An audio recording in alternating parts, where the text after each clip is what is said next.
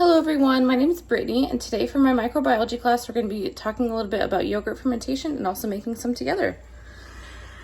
So yogurt is a popular fermented dairy product produced by lactic acid bacteria, including Streptophilus, Thermophilus, and Lactobacillus bulgarius. During yogurt production, these bacteria produce lactic acid, and by doing that, it's decreasing the pH and causing the milk protein to coagulate. The lactose fermenting bacteria are facultative anaerobic, meaning that they can survive the best in the absence of oxygen while also being able to endure aerobic environments as well. So the first thing that we're going to want to do is sterilize or disinfect to the best of our abilities all of the equipment that we're going to be using, which I've already done ahead of time. And as you can see, I have all of the ingredients that we need. I have 2% milk. I have our plain yogurt. And then I have 2 cups of 2% milk here and 6 tablespoons of the yogurt set aside as well. So I went ahead and started heating the milk here. So it is heated to 185 degrees. And now that it is heated, it's been heating for about 15 to 30 minutes, by the way. And that is a process called pasteurization. Let me put this to the side and turn the heat off. Put this in the sink, keep our area clean. So in pasteurization, we do that so that we can kill any bacteria or microorganisms that are found naturally in the milk so that we don't have any unnecessary ingredients in there. When the milk is homogenized, that breaks down the fat droplets in the milk to make it smaller so that they can stay suspended in the yogurt rather than sinking to the bottom, making it all lumpy.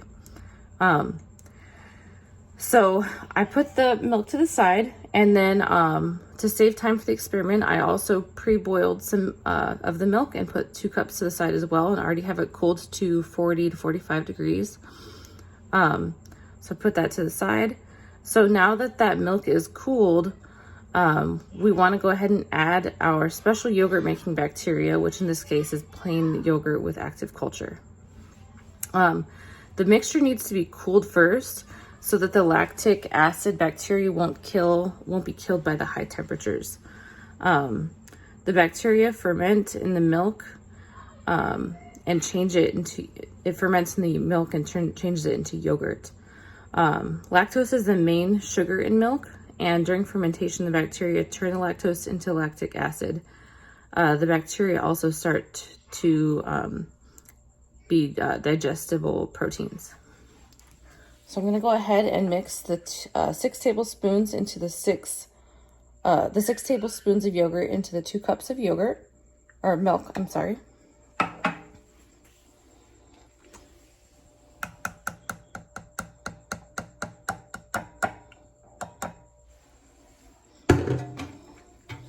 Go ahead and mix that together a little bit.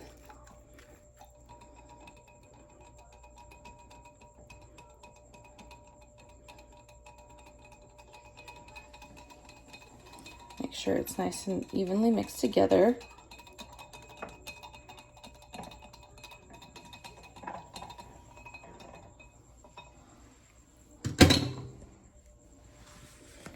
All right, so the fermentation process takes a couple of hours, about 4 hours to be exact.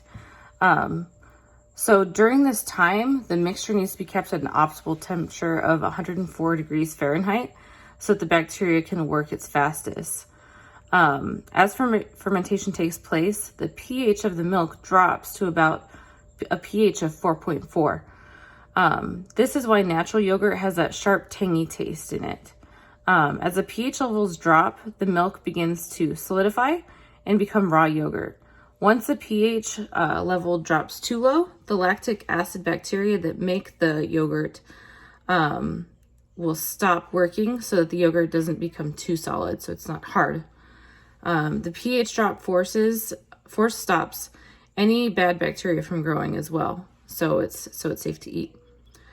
The solidification process happens because proteins begin to coagulate, and then coagulation is when something turns from liquid into more of a solid state. So that being said, I'm going to put our mixture into the oven, which is set at 104 degrees, and I'm going to let it sit in there for about 4 hours.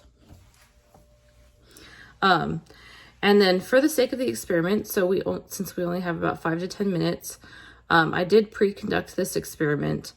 I conducted it twice. I did it once on my own so that you could see the finished product. And then I went through the steps here with you so that you could see exactly how it's done, and I could walk you through the process and exactly what reactions occur and all of that fun jazz there. So as you can see, I was able to successfully create some yogurt from home. Got about 2 jars of it right there.